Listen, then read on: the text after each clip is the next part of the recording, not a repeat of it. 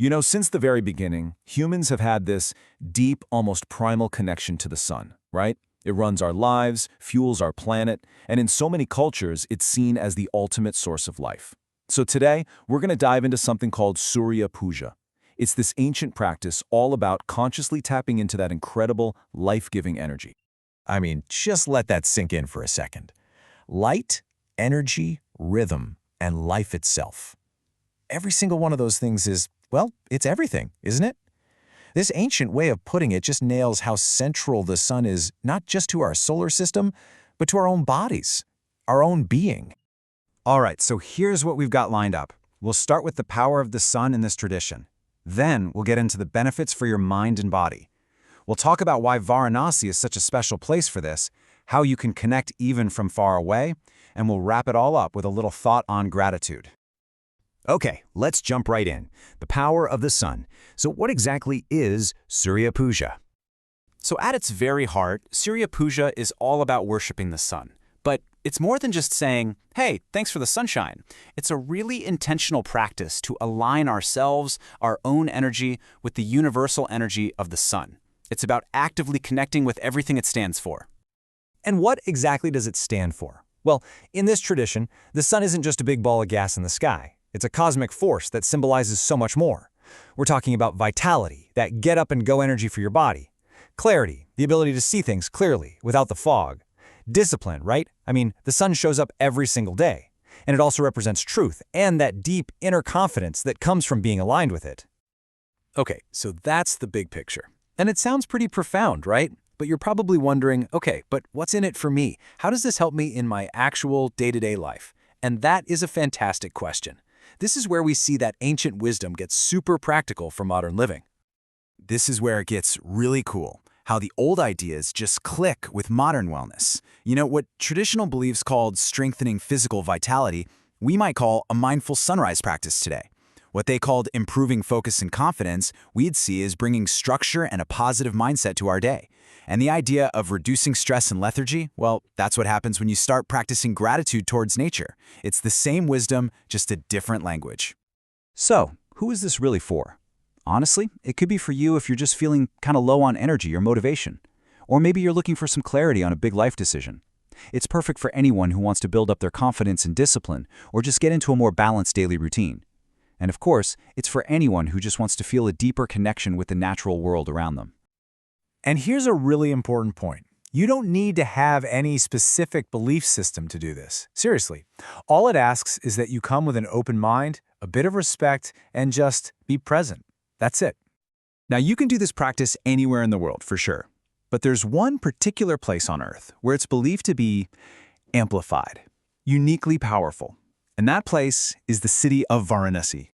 Varanasi, or Kashi as it's also known, isn't just some ancient ruin. It's one of the oldest living spiritual cities in the entire world. Just try to imagine that. A place where, for thousands and thousands of years, people have gathered on the banks of a sacred river, focused on devotion and consciousness. It's known as a city of liberation, a place where the line between our world and the spiritual world feels, well, a lot thinner. It's famous for being a center of sacred sound, where you can almost feel the vibrations of mantras that have been chanted for millennia. So what is it about Kashi that makes the puja so much more powerful? Well, first off, the rituals are done right on the banks of the River Ganga facing the sunrise. The whole environment is basically built for deep concentration.